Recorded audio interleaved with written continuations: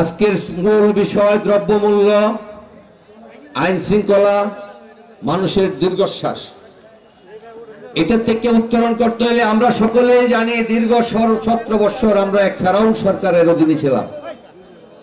এই উত্তরণের একটি মাত্র রাস্তা আছে, দ্রব্যমূল্যের দাম কমবে না যতক্ষণ পর্যন্ত সঠিক রাস্তায় আমরা না যেতে পারবো। আজকের এই সরকারের উদ্দেশ্যে বলতে চাই, মিশরের যখন বাদশাহ রায়হান প্রেসিডেন্ট ইউসুফ আলাইহিস সালামকে জেল খাটাইছিল 7 বছর দুর্ভিক্ষ হয়েছিল।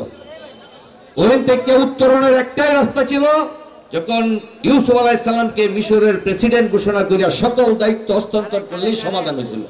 সুতরাং আপনাদের মাধ্যমে জানাই দিতে চাই, যতক্ষণ পর্যন্ত এই দেশ নেত্রী বেগম খালেদা জিয়ার নেতৃত্বে, তারেক রহমান নেতৃত্বে গণতান্ত্রিক প্রক্রিয়ায় এই তারেক রহমানের হাতে হস্তান্তর না করা পর্যন্ত দ্রব্যমূল্যের দুর্গ অতীত কমবে না, কমবে না, কমবে না।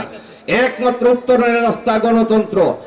আজকে ইনসাফ, ন্যায় বিচার, গরিব ধনীর পার্থক্য, সবল দুর্বলের পার্থক্য সমাজ থেকে চলে গেছে। এটাকে ফিরায় না পর্যন্ত আমাদের সমাজের সুখ শান্তি হবে না।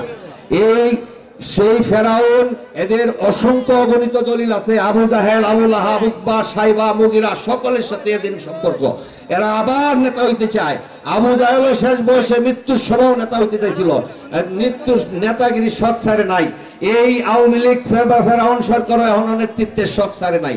এদেরকে চিরতরে এই বাংলার মাটি থেকে উৎখাত করে যে পর্যন্ত তারুণ্যের প্রতীক, কোটি মানুষের জননেতা তারেক রহমানের আবির্ভাব আপনারা দায়িত্ব না দেওয়া পর্যন্ত হবে না।